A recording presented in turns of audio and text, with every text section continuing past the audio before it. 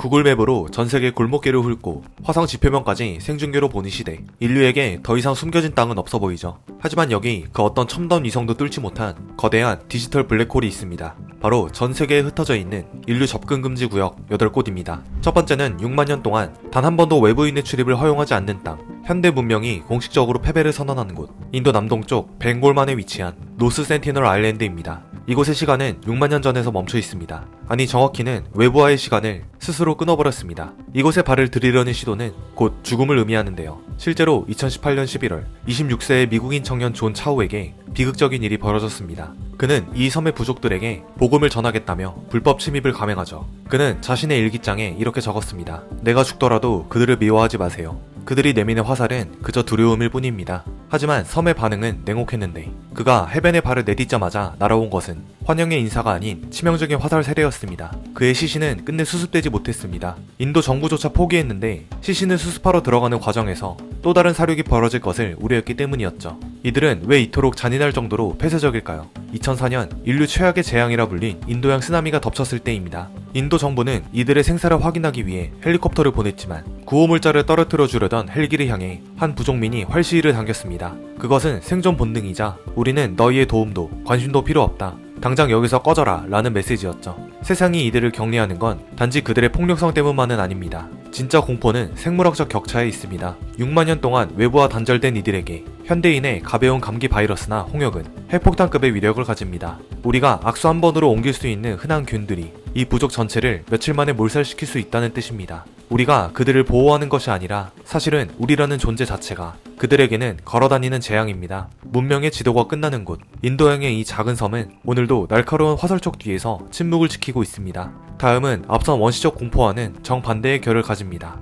여기 끝없이 펼쳐진 북극의 설원과 얼음산, 그 한복판에 튀어나온 기괴하고 거대한 콘크리트 구조물이 있습니다. 바로 인류의 마지막 백업 파일, 영하 18도의 저장고입니다. 만약 내일 당장 지구가 멈춘다면 우리는 무엇을 남겨야 할까요? 북극점에서도 한참을 더 들어가야 나오는 땅, 노르웨이 스발바르 제도. 이곳에는 인류가 최악의 시나리오를 대비해 만든 지구 최후의 날 저장고가 있습니다. 정식 명칭은 스발바르 국제 종자 저장고. 인류 문명이 붕괴하는 그날 우리가 다시 시작할 수 있게 해줄 유일한 백업 파일들이죠. 이곳은 전 세계에서 모인 450만 점의 씨앗 샘플이 잠들어 있는 말 그대로 식물의 노화의 방주입니다. 사람들은 흔히 이곳이 먼 미래의 일이라고 생각합니다. 하지만 이 저장고의 문은 이미 한번 열린 적이 있습니다. 바로 시리아 내전 때 일인데요. 시리아의 도시 알레포에는 아이카다라는 기관이 있었습니다. 이곳에서 보관하던 보리들은 우리가 흔히 보는 계량종과는 차원이 다릅니다. 수천 년 동안 시리아의 지독한 가뭄과 떼약볕을 견디며 살아남은 강철 유전자를 가진 보리와 밀들입니다. 이 씨앗들은 비가 거의 오지 않는 사막 근처에서도 뿌리를 깊게 내려 습기를 찾아내고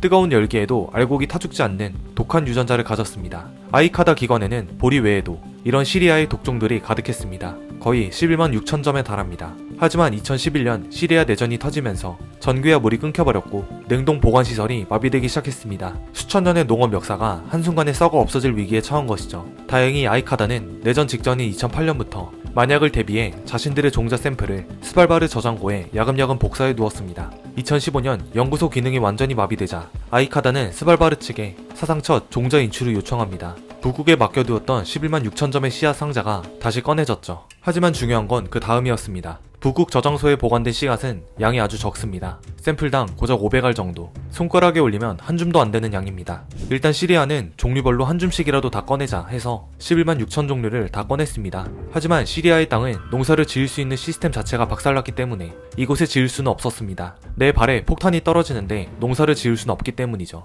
그래서 시리아는 기후가 똑같으면서도 전쟁이 없는 안전한 나라 레바논으로 씨앗을 보냈고 레바논은 땅을 빌려주어 농사를 지을 수 있도록 허가했습니다. 무엇보다 11만 6천 점이라는 어마어마한 종류를 서로 섞이지 않게 엄격히 통제해야 합니다. 그래서 이때 연구원들이 미친 듯한 노력을 했다고 하죠. 하지만 레바논이 단순히 착한 마음으로 땅만 빌려준 건 아닙니다. 국제 관계에서는 공짜가 없죠. 레바논이 이 거대한 종자복구 프로젝트의 베이스 캠프 역할을 자처하면서 실질적이고 강력한 보상 3가지를 얻게 되는데요. 우선 세계 최고 수준의 씨앗을 공짜로 나눠 가졌습니다. 슈퍼 유전자 보리와 밀을 레바논 땅에 심어 수만 배로 불리는 과정에서 레바논은 이 씨앗들을 자기네 농민들에게 보급할 권리를 자연스럽게 얻었습니다. 두 번째는 최첨단 연구시설과 일자리가 공짜로 생겼습니다. 아이카다는 본부만 시리아에 있었을 뿐 전 세계의 돈이 모이는 국제기구입니다. 시설을 돌릴 때 레바논의 현지 과학자와 농민들을 대거 채용했습니다. 전쟁이 끝나거나 프로젝트가 종료되어도 이 시설과 기술력, 인재들은 레바논 땅에 고스란히 남게 됩니다.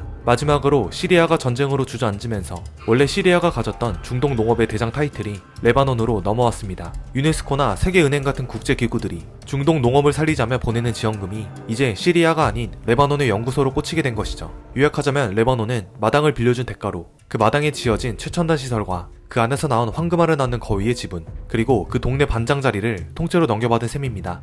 2017년 2월 시리아는 레바논에서 성공적으로 수확한 첫 번째 복사본 씨앗들을 가지고 다시 북극으로 갔습니다. 빌려온 지 2년 만에 일부를 다시 채워넣은 역사적인 날이었습니다. 이 사건은 스발바르 국제 종자 저장고가 보험을 넘어 실제로 인류를 구제한 첫 번째이자 가장 극적인 사례로 꼽힙니다. 하지만 이 절대 요소조차 완벽하지는 않았습니다. 2017년 예상치 못한 위기가 닥칩니다. 절대 녹지 않을 것이라 믿었던 영구 동토층이 기후변화로 녹아내린 겁니다. 기록적인 고온으로 녹아버린 물이 입구 터널 약 15m 지점까지 흘러 들어갔습니다. 다행히도 저장고는 산소 깊숙이 들어가야 나오는데 물이 들어가다 얼어버렸습니다. 덕분에 실제 종자가 보관된 안쪽 저장실까지는 물이 닿지 않았습니다. 과학자들과 관계자들이 즉시 달려가 얼음을 깨고 물을 퍼내는 작업을 진행했습니다. 이 사건 이후 과학자들은 저장고의 설계를 최악의 기후변화 시나리오에 맞춰 다시 계산하기 시작했습니다. 그리고 과학자들은 우리가 지키려 했던 미래가 생각보다 훨씬 빨리 위협받고 있다는 사실을 깨달았습니다. 2020년 이 근처 또 다른 폐광에는 아카이브 프로젝트가 시작되었습니다. 만약 대재앙 후 문명을 재건해야 하는데 인터넷을 어떻게 만들었더라 등을 고민하면 처음부터 수백 년을 다시 고생해야 하죠. 그래서 인류가 쌓아온 모든 지식을 특수 필름에 새겨버린 것입니다. 전기가 끊기고 모든 서버가 마비된 세상에서 누군가가 돋보기와 햇빛만 있으면 설명서를 읽을 수 있고 인류 문명을 재건할 수 있도록 설계되었습니다. 이 필름은 전기 없이도 최소 500년에서 1000년 동안 변하지 않고 버틸 수 있다고 합니다. 인류의 과거가 미래가 교차하는 곳, 지도의 끝 영하 18도의 방주입니다. 다음 인류 접근 금지 구역은 지하에 숨겨진 85km의 책 창고입니다. 세상에서 가장 작은 나라 바티칸. 하지만 그 땅 밑에는 상상을 초월하는 거대한 세계가 있습니다. 바로 85km 길이의 서가로 채워진 문서고입니다. 여기엔 서기 8세기부터 지금까지 1200년 동안 전 세계 왕들과 교황이 주고받은 비밀편지, 누군가를 죽이거나 살렸던 재판 기록들, 그리고 세상에 나와서는 안 될 금서들이 빽빽하게 쌓여 있습니다. 이곳의 문을 열 수 있는 사람은 단 한 명, 교황뿐입니다. 말 그대로 인류 역사의 뒷이야기가 전부 모인 블랙박스입니다. 2001년 이곳에서 종이 한 장이 발견되며 전 세계 고고학계가 뒤집혔습니다. 700년 동안 실종되었던 신홍의 양피지입니다. 중세시대에 템플 기사단이라는 아주 잘 나가던 군대가 있었습니다. 그런데 프랑스 왕이 얘네들은 사실 악마를 숭배하는 사람들이다 라는 가짜뉴스를 퍼뜨려 몰살시켰죠. 그들은 정말 악마를 숭배했을까요? 발견된 기록은 충격적이었습니다. 당시 교황은 그들에게 죄가 없음을 이미 알고 있었고 죄가 없으니 살려줘야 한다고 쓴 기록이 있었습니다. 교황청은 이들이 무죄라는 걸 알면서도 정치적인 이유로 700년 동안 입을 꾹 닫고 있었던 겁니다. 이곳의 서가에는 인류의 흐름을 바꾼 순간들도 박제되어 있습니다. 지구는 돈다고 말했던 갈릴레오 갈릴레이, 결국 종교 재판에서 고문을 당한 뒤 다시는 지구가 돈다고 안 할게요 라고 억지로 서명한 그 굴욕적인 종이가 여기 그대로 보관되어 있습니다. 그가 고문 끝에 자신의 주장을 철회한 것이었죠. 또한 스코틀랜드의 메리 여왕이 사형당하기 직전 교황에게 제발 나 좀 살려달라고 피눈물로 쓴 편지도 있습니다. 하지만 교황은 답장을 안 하고 이 편지를 서랍 깊숙이 넣어버렸죠. 이 간절한 목소리는 수백 년이 지나서야 발견되었습니다. 여기가 진짜 무서운 이유는 정보를 숨기는 방식입니다. 1881년에 교황은 좋다, 연구를 위해서 일부는 보여주겠다 라고 허락을 해서 허가받은 극소수의 학자들이 도서관에 들어갈 수 있게 되었습니다. 하지만 우리가 아는 도서관처럼 책 구경을 할 수는 없습니다. 자신이 찾고자 하는 문서의 번호를 정확히 적어 제출해야만 관리인이 그 문서를 가져다 줍니다. 그런데 무슨 문서가 있는지 적힌 목록 자체가 비밀입니다. 즉, 보고 싶으면 와라, 하지만 뭐가 있는지는 안 알려줄 거다 라는 식으로 사실상 정보를 꽁꽁 숨기고 있는 겁니다. 즉, 인류의 역사를 쥐고 있는 이 문이 완전히 열리는 날, 우리가 알고 있는 역사는 다시 쓰여야 할지도 모릅니다. 신의 이름으로 봉인된 문, 바티칸 비밀 문서고였습니다. 다음은 이 시리즈에서 가장 기괴하고 소름 끼치는 분위기를 자극하는 곳입니다. 낭만의 도시 베네치아의 화려함 뒤에 가려진 인류사의 가장 어두운 단면, 포베글리아 섬입니다. 이탈리아 베네치아 바로 근처에 포베글리아라는 작은 섬이 있습니다. 하지만 이 섬은 아름다운 관광지가 아니라 베네치아의 온갖 더러운 비극을 다 밀어넣었던 거대한 쓰레기통 같은 곳이었습니다. 지금은 이탈리아 정부가 절대 들어오지 말라며 법으로 막아버린 상태죠. 이유는 섬 전체가 인간의 유골로 만들어졌기 때문입니다. 비극의 시작은 14세기 유럽을 휩쓴 흑사병이었습니다. 당시 베네치아는 감염자들을 격리해 이 섬으로 보냈습니다. 그리고 시신뿐만 아니라 아직 숨이 붙어있는 환자들까지 구덩이에 던져져 산채로 불태워졌습니다. 과학적인 분석 결과는 더욱 충격적입니다. 섬 토양을 조사했더니 지표면의 50% 이상이 인간의 유골과 태워진 재로 구성되어 있다는 사실이 밝혀졌습니다. 이곳의 흙은 말 그대로 사람이었던 것들. 너무 많은 사람을 태워 묻는 바람에 지금도 땅을 파면 흙보다 뼈가루가 더 많이 나오고 농작물을 심어도 자라지 않는 죽은 땅입니다. 1920년대 이 섬에 정신병원이 세워집니다. 안 그래도 비극적인 땅인데 여기서 더 끔찍한 일이 벌어집니다. 정신병원의 원장은 환자들을 대상으로 송곳으로 뇌를 찌르는 안화 전두엽 절제술 같은 잔혹한 생체 실험을 자행했습니다. 후에 병원장은 알 수 없는 공포에 질려 섬의 종탑에서 투신했고 병원은 폐쇄되었습니다. 지금도 섬 안에는 환자들의 벽을 긁은 손톱 자국과 녹슨 수술대가 그대로 방치되어 있다고 하죠. 이건 괴담이 아니라 이 지역 어부들의 실제 고민인데요. 어부들은 여전히 이 섬 근처에 그물 던지는 것을 극도로 꺼리는데 고기 대신 검게 그을린 사람의 해골이나 뼈가 올라온다는 증언이 끊이지 않기 때문입니다. 이탈리아 정부는 이 섬을 민간에 팔려고 내놨지만 아무도 사지 않았습니다. 결국 지금은 누구도 발을 들일 수 없는 버려진 섬이 됐습니다. 다음은 전 세계에서 가장 유명하지만 동시에 가장 알려진 것이 없는 곳입니다. 음모론의 성지이자 국가 기밀의 끝판왕인 51구역입니다. 자극적인 외계인설보다는 철저한 은폐와 통제라는 시스템에 집중해 작성했습니다. 미국 네바다주 사막 한가운데 지도에는 존재하지만 2013년까지 미국 정부가 공식적으로 존재를 부인했던 곳이 있습니다. 바로 51구역입니다. 이곳은 외계인을 고문해 기술을 뽑아낸다는 음모론의 성지이기도 하지만 실제로는 인류가 개발한 가장 치명적이고 정교한 항공기술이 탄생하는 1급 비밀 군사기지입니다. 매일 아침 라스베이거스 공항의 한 구석에서는 이름도 로고도 없는 하얀색 비행기들이 이륙합니다. 통칭 자넷 항공. 이 비행기에 오르는 수천 명의 승객은 서류상 존재하지 않는 유령 직원들입니다.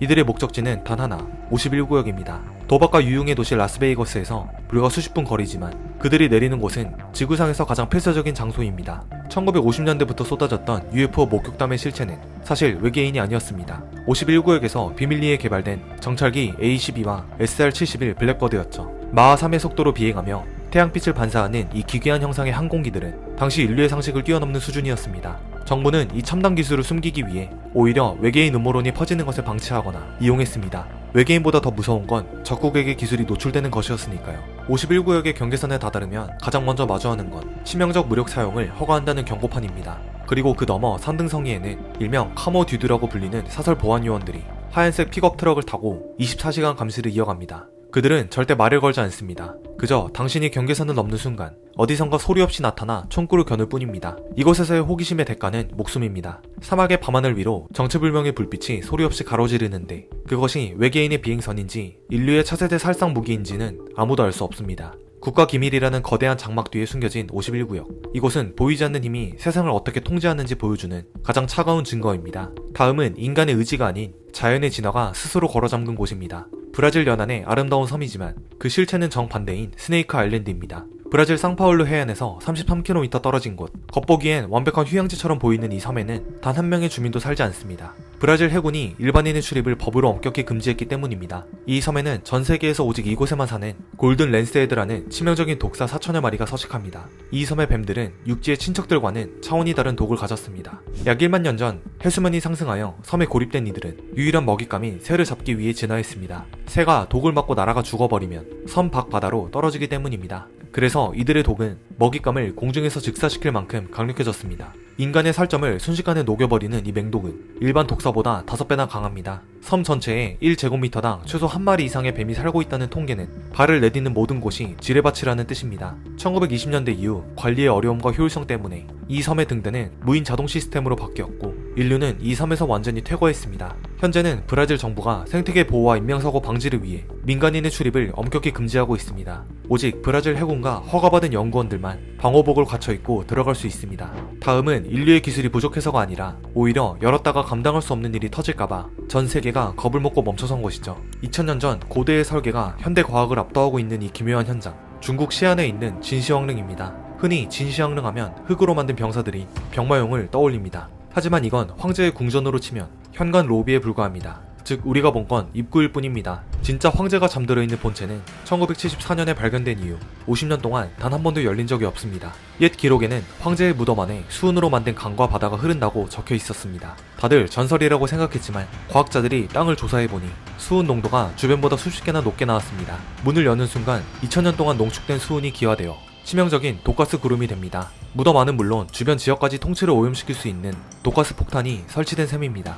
또 다른 기록에는 도둑이 들면 자동으로 발사되는 화살 장치가 있다고 합니다. 2000년 전 기기가 아직도 작동할까요? 전문가들은 예스라고 대답합니다. 실제로 발견된 무기들은 당시 기술로 크롬 도금이 되어 있어 지금도 종이를 자를 정도로 날카롭습니다. 공기가 차단된 진공 상태인 무덤 안에서 이 화살들은 여전히 주인을 지키기 위해 팽팽하게 당겨져 있을 가능성이 큽니다. 하지만 우리가 문을 열지 못하는 진짜 이유는 보존 기술입니다. 사실 병마용들도 처음 땅속에서 나왔을 때는 알록달록한 원색이었습니다.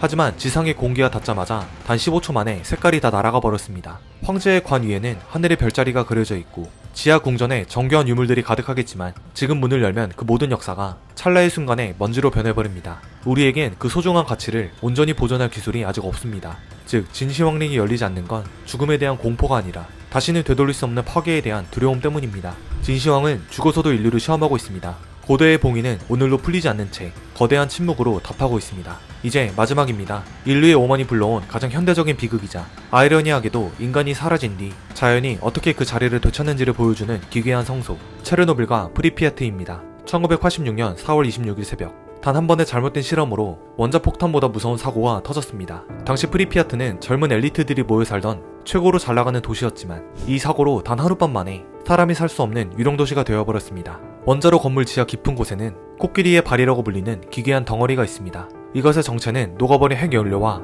콘크리트가 뒤섞여 굳은 것인데 발견 당시 이 옆에 5분만 서 있어도 며칠 내로 무조건 사망할 만큼 치명적이었습니다. 방사능이 너무 강해서 로봇조차 고장나버리는 바람에 지금도 그저 두꺼운 콘크리트로 덮어놓고 지켜만 보고 있습니다. 사고 직후 소련은 방사능 유출을 막기 위해 4호기 원자로 위에 콘크리트를 대충 부어 거대한 상자를 만들었습니다. 이걸 석관이라고 부릅니다. 문제는 워낙 급하게 짓다 보니 틈새가 많았고 시간이 흐르며 방사능과 비바람 때문에 콘크리트에 금이 가고 무너질 위기에 처했습니다. 이 낡은 석관이 무너져 내부의 방사능 먼지가 밖으로 뿜어져 나오는 걸 막기 위해 전 세계 40여 개국이 돈을 모아 그 위에 더 크고 튼튼한 금속 돔을 씌웠습니다. 하지만 이 2조 원짜리 시설의 설계 수명은 100년입니다. 인류는 이 100년이라는 시간 동안 로봇 기술을 발전시켜 도움 안에 노후된 기존 석관을 뜯어내고 해결료 잔해를 안전하게 수거해야 하죠. 만약 100년 뒤에도 해결책을 찾지 못하면 우리 후손들은 이 위에 또 다른 더 큰 돔을 씌워야 할지도 모릅니다. 원전 근처의 나무들은 방사능을 너무 많이 맞아서 붉게 변한 채 죽어버렸습니다. 그래서 이름이 붉은 숲입니다.